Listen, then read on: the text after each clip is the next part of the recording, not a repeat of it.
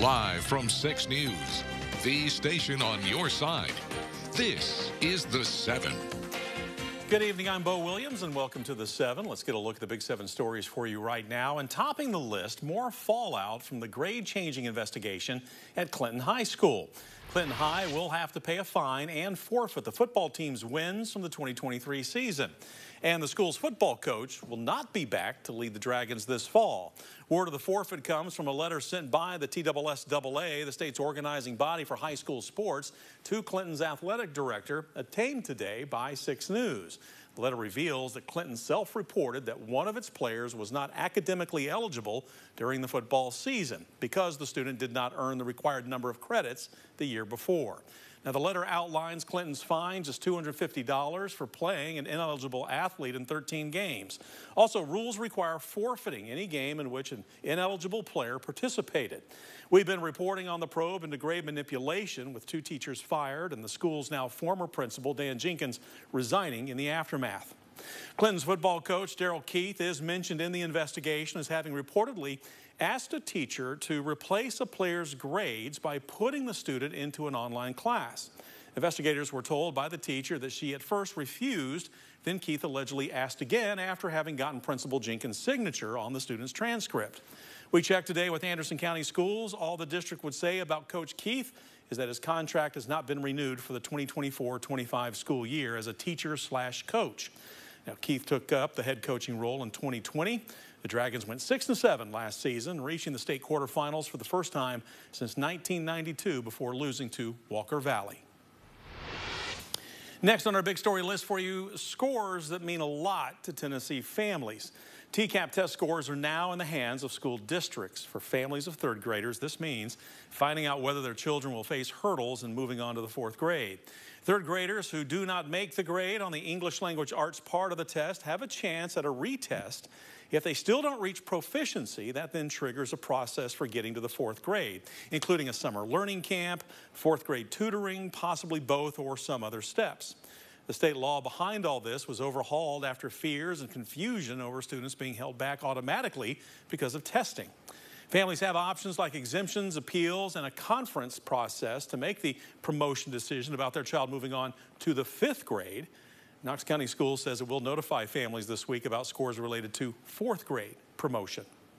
And a big piece of information out tonight in a big investigation. We learned that the name of the 2nd victim killed in Saturday's shootings in North Knoxville. The Knoxville police identifying Dennard Davis as the person killed in the 400 block of Broadway. You know, yesterday we profiled the 1st victim, Claude Johnson, a tow truck operator, shot during an apparent break-in at Anderson Automotive and Towing, less than half a mile away on Cooper Street. Now, the suspect in both shootings, Robert Scruggs, in court this morning. He's charged with 1st-degree murder. The bond hearing lasting really no more than about 5 minutes. Scruggs not new to the justice system, as we found out. According to court records, Scruggs has been arrested 5 times since April 13th in Knox County. In fact, he was arrested just 4 days before the 2 shootings. Among the charges going back 5 weeks are aggravated criminal trespass, vandalism, and drug paraphernalia. WAT legal analyst Greg Isaacs telling us with limited resources to address mental health and drugs, repeat offenders become common. What you see is this socioeconomic level that just keeps perpetually cycling through the system until, unfortunately, they commit a criminal offense that's serious enough where they stay put. People cycling through on a number of misdemeanor offenses, petty thefts, drugs, alcohol. They're not serious enough to keep somebody in jail, but really we are turning our local detention facilities and jails into de facto mental health facilities. Scruggs, by the way, is due back in court on July 1st for his preliminary hearing. We will, of course, continue to follow this case as it makes its way through the system. Big step in the aftermath of a fire at a West Knoxville business. A man now charged with arson in connection with the fire at the Cedar Bluff Dollar General store last week. We're told 31-year-old Daniel Lee Nelson was taken into custody by Knoxville fire investigators after admitting he was the one who set the fire. Nelson has been charged with 1 count of aggravated arson. Last week, a fire broke out at the Dollar General off Executive Park Drive, causing more than $1 million in damage. A guilty plea is next on our Big 7 story list for you tonight. It's the conclusion to a deadly wrong-way crash on I-40 last year. 34-year-old Ellen Rideout entering that plea on charges of vehicular homicide, reckless aggravated assault, and driving under the influence. She was arrested last December after a crash near I-640 in West Knoxville. Rideout was driving in the wrong direction when her car collided with another, killing a passenger inside. The recommended sentence with this plea, 8 years in prison, then 2 years of probation.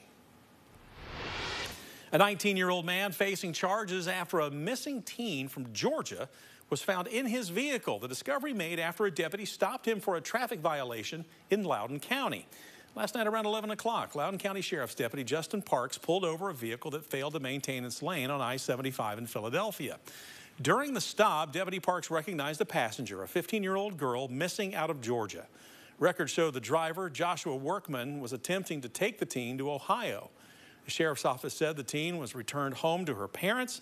Workman has been charged with harboring or hiding a runaway child, contributing to the delinquency of a minor, and violation of alcoholic beverage laws. Wrapping up our Big 7 list for you, a single mother and her son just received the keys to their brand new home. It's been a long journey for this young family, and WATE had the pleasure of helping out along the way.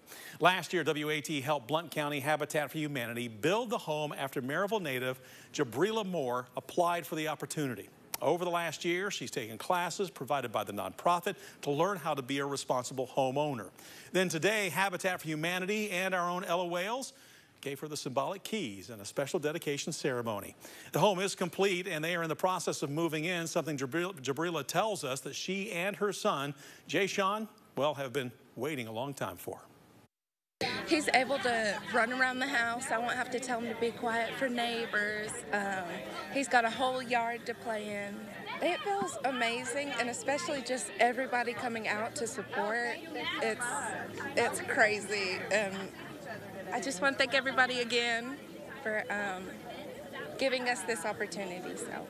6 homes built by Blount County Habitat for Humanity sit on this street with plans for 14 more in the works. To get involved with the Blount County chapter or to find the chapter in your area, you can visit this story on our website, WATE.com.